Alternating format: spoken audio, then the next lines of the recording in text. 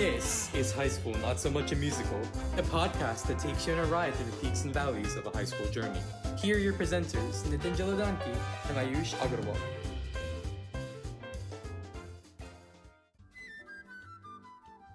Hello everyone and welcome back to another episode of High School Not So Much Musical. Today we're joined with Terry Tucker, founder of Motivational Check. Essentially, as a former NCAA Division I basketball player, SWAT team hostage, negotiator, and cancer warrior, Terry Tucker is focusing on helping people become better and focusing on the healthy aspects of being sick by concentrating on his 4 truths to help others lead their common and extraordinary life. So, Mr. Tucker, if you could talk a little bit about, what you've done over the past 10 years, what you're kind of battling now in terms of cancer and other things, and kind of essentially your whole story and what essentially Motivational Check is, that'd be awesome. Sure. So over the last 10 years, I back in 2012, I was a girls' high school basketball coach down in Texas when I had a callus break open on the bottom of my foot, right below my 3rd toe. And initially, I didn't give it much thought because as a coach, you're on your feet a lot. But after a few weeks of it not healing, I made an appointment with a podiatrist, a foot doctor friend of mine, and went in to see him. And he took an x-ray and he said, Terry, I think you'll have a little cyst in there and I can cut it out. And he did. And he showed it to me. It was just a little gelatin sac with some white fat in it, no dark spots, no blood, nothing that gave either one of us concern. But fortunately or unfortunately, depending on how you look at it, he sent it off to pathology to have it looked at. And then 2 weeks later, I received a call from him. And as I mentioned, he was a friend of mine. And the more difficulty he was having explaining what was going on, the more frightened I was becoming. Until finally, he just laid it out for me. And he said, Terry, I've been a doctor for 25 years. I have never seen the form of cancer that you have. You have a rare form of melanoma, which is usually considered a skin disease, an overexposure or prolonged exposure to the sun. But you have it on the bottom of your feet or the palms of your hands is where my particular form of melanoma presents. And because of that, he recommended that I be treated at MD Anderson Cancer Center in Houston. And so I did. I had a surgery to cut out the tumor on the bottom of my foot and the same surgery to cut out the lymph nodes in my groin. And then I had a skin graft to push over, or to go over the area on the bottom of my foot where the cancer had been cut out. And then when I healed, I was put on a weekly injection of a drug called interferon to help keep the disease from coming back. The side effects of the interferon were that it gave me severe flu-like symptoms for 2 to 3 days every week after each injection. And I took those weekly injections for almost 5 years. So imagine having the flu every week for 5 years. And unfortunately for me, that wasn't a cure. That was really just a stopgap measure to try to keep the cancer from coming back. In 2017, I ended up in the intensive care unit of our local hospital here in Colorado with a fever of 108 degrees, which usually is not compatible with being alive. Fortunately, I was at a level 1 trauma center and they were able to stabilize me and then send me to the intensive care unit. And so because of the toxicity that interferon gave me, I wasn't able to take the drug anymore. And literally, I'd say within 2 months of stopping the interferon, the cancer came back in the exact same spot on my foot where it had presented 5 years earlier. And that necessitated the amputation of my foot in 2018. Cancer worked its way up my leg into my shin, requiring 2 more surgeries in 2019.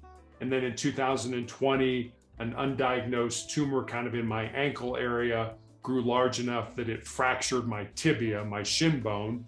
And my only recourse right in the middle of the pandemic was to have my left leg amputated. And that's also when I found out I had cancerous tumors in my lungs. And I know that sounds like a real dark and ugly journey, and it certainly has been, but I'll tell you, cancer has made me a better individual. So I guess I'll leave it at that and let you guys jump in if you have any questions, and then we can kind of go on from there.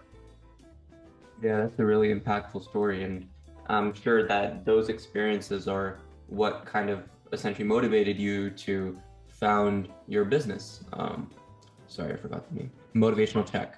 So if you could talk a little bit about Motivational Check and kind of how your story and the experiences you faced with cancer kind of motivated you and inspired you to first form this business, and then kind of what the business does now, how it's like how you expanded it over the years, and what you essentially aim to do through it.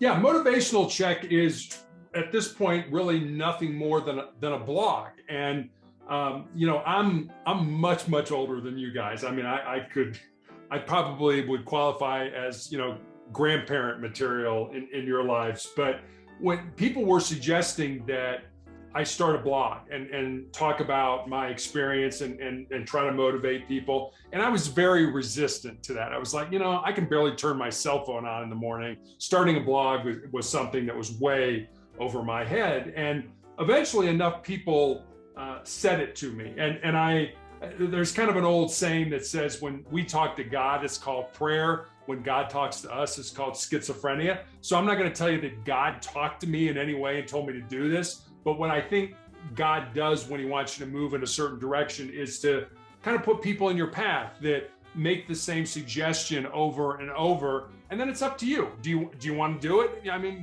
we all have free choice, free will. Do you want to do this or do you not want to do it? And so when enough people started saying, you want to start a blog, I was like, well, I was resistant. And literally when I started Motivational Check, it was 4 pages. And those 4 pages took me, and I'm not lying here, 4 months. I had no idea what I was doing. I would, put something down and be like, oh, I don't know what that means. And I have to go back and research it. And so it grew very incrementally, very slowly. But it was fun for me because I was learning something new. It was a new challenge. It was something that made me uncomfortable and things like that. So the title, the name Motivational Check, came from my police academy days. I was a police officer. You mentioned I was a SWAT team hostage negotiator.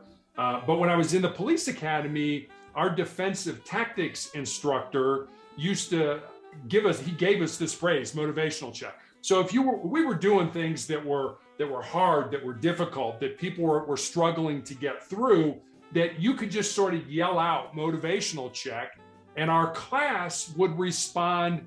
We were the 84th recruit class in the Cincinnati Police Department. And so we would yell out with a loud 84, just to let the person know that, hey, look, yeah, I know you're hurting, but you know what? We're all in this together. We're going to get through this together. Just kind of hang in there. So it was when I was looking for a name for my blog, that seemed to resonate with me. And so that's why it's called Motivational Check. And every day I put up a thought for the day. And with that thought comes a question, like maybe how you can apply that thought into your life in some way. On Mondays, I put up the Monday morning motivational message, which is a video or a story that I found that it's a little bit longer than obviously just a thought for the day, but it's something that I think, is important that people should think about and ponder and see how maybe they can incorporate in their life.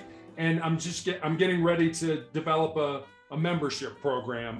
Just started working to do that, where people could get more content in terms of motivation, inspiration, leadership, and things like that. So that's kind of what Motivational Check is in sort of a nutshell. And that really led to, in 2020, me developing sort of an outline for a book, which I ended up writing during the 3-month period between the time I had my leg amputated and the time I started chemotherapy for the tumors in my lungs. Every day while I was healing, I sat down at the computer and crafted that book. Yeah, and I know you mentioned at the beginning there how you kind of got the inspiration a little bit from essentially being a SWAT team hostage negotiator.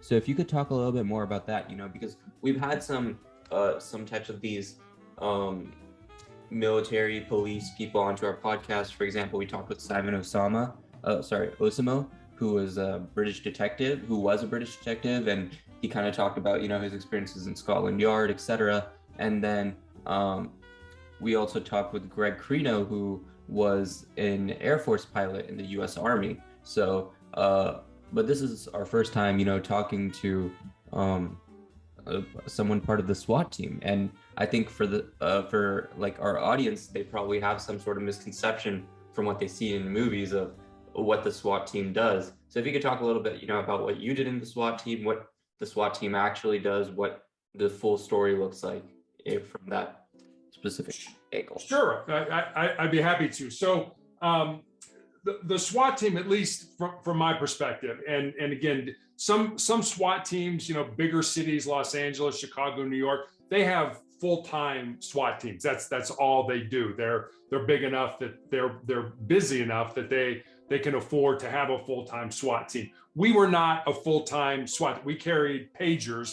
That really dates me, I know. But we carried pagers, and when we were needed, the pager went off, and we were told where to go in the city. And we had equipment vans, and we had armored vehicles and things like that. And there's sort of an old joke that when the public needs help, they call 911, and when the police need help, they call SWAT. And it's basically when we have a barricaded subject, or a hostage situation, or we know that there's, say, a homicide suspect that's holed up with his girlfriend or something like that, we will assemble the SWAT team. We use the SWAT team for search warrants on drug houses and things like that. And so the SWAT team's divided into two groups. The tactical team, those are the men and the women who have the guns and the rifles and surround the location and things like that. Those are the kind of people you see on TV all the time, with sort of the big guns, the AR-15s and that. And then you have the negotiators. And we basically try to talk an individual. That's the terminology. You talk to somebody out. Really what we do is we listen people out.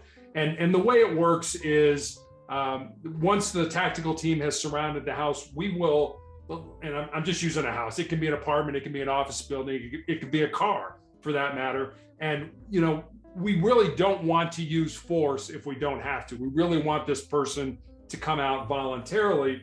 And so what we do is, if you think about it, as a police officer, you're used to probably 99% of what you do is face to face with another human being, whether you're stopping them, to give them a ticket for, speeding, or you're answering a radio run to, for a fight or a domestic, or you're knocking on the door to tell somebody to call the hospital because grandma's passed away. Whatever it is, that's a face-to-face encounter.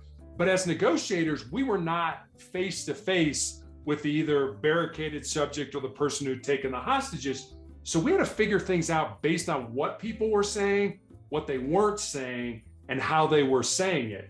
And there were many times where we'd spend a couple hours kind of, in one area just talking about things, when the real problem was in an entire different area, and we hadn't even gotten to that.